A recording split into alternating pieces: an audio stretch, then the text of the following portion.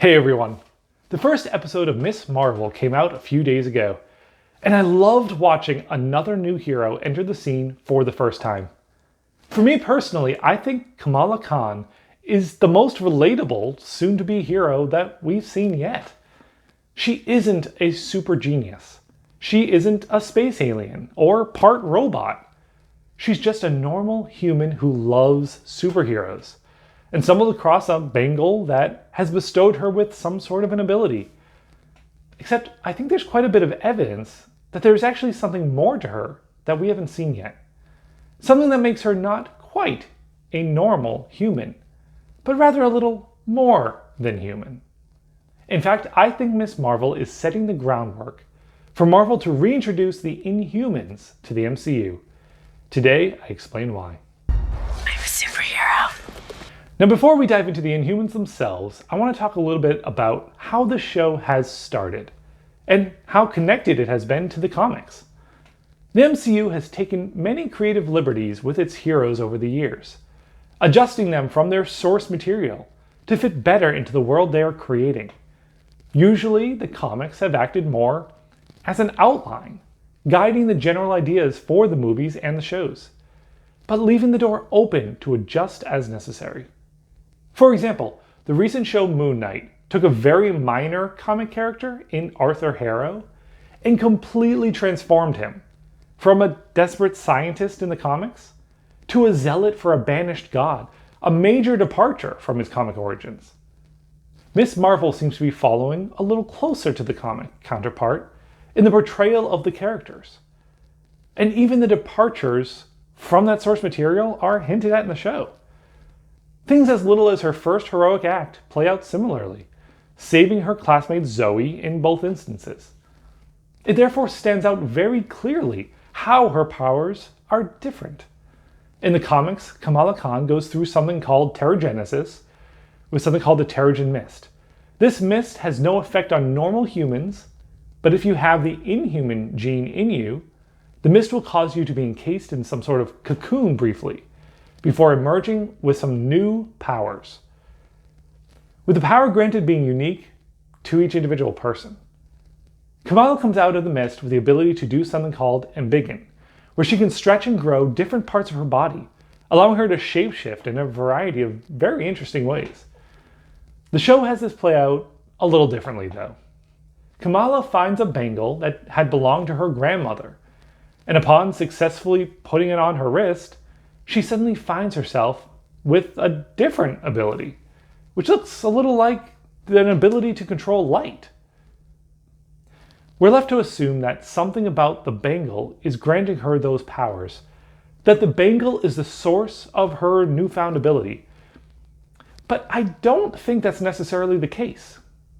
When Kamala first put the bangle on, her finger kind of pushed down on the center of it, and it turned blue. Something appeared to seep out of it, temporarily engulfing Kamala. Once these light-type encasings retracted, Kamala was temporarily disoriented, her body adjusting to some sort of change. This may be written off by many due to how different it might be from an expected inhuman encasing, known as Terrigenesis, and with good reason. Anyone who has seen Agents of S.H.I.E.L.D. may be expecting something like what was shown there. Those with the Inhuman gene get encased in a solid rock shell before breaking out a few moments later, completely changed. This is clearly not what happened to Kamala, but Agents of S.H.I.E.L.D. is actually not considered to be part of the same MCU timeline. So to get an accurate idea of what to expect, we would need to see how it works in the MCU, and we actually do have a source to reference there. The 2017 limited run of the Inhumans actually showed us what Terrigenesis looks like for Inhumans in this universe. And there's no stone casing here. When Inhumans are exposed to the mist out of the Terrigen crystal, the mist simply covers them for a moment, and then they emerge with the powers, much more similar to what we saw with Kamala. It is very possible that the blue in the bangle that her finger hits is a Terrigen crystal, which we know is a small blue gem from the Inhuman show. And upon putting it on her wrist, it activated her dormant Inhuman gene, drawing out the power that was always there inside. What lends credence to this idea is the show's constant focus on genetics. The bangle comes from Kamala's grandmother, and whenever we hear the grandmother mentioned, her link to Kamala is made apparent. Kamala's mother talks about the grandmother as having her head in the clouds as well, pursuing fantasies, living in a dream world. It's very clear that the grandmother is going to act as a predecessor to Kamala, having gone through some sort of a similar path. And the explanation of her being an Inhuman who passed on the gene to her granddaughter fits in perfectly. There are even more clues to this if we look back at the trailers. We can see some of the scenes that we haven't seen yet in the first episode, some of the scenes that are still to come. The trailers constantly show scenes with fog or mist. And in one scene, we see 4 shadowy figures coming out of the mist. We're unable to make out their faces, and we're left to wonder at their identities. But if Kamala is in fact an Inhuman, there's an obvious option for who those 4 figures could be.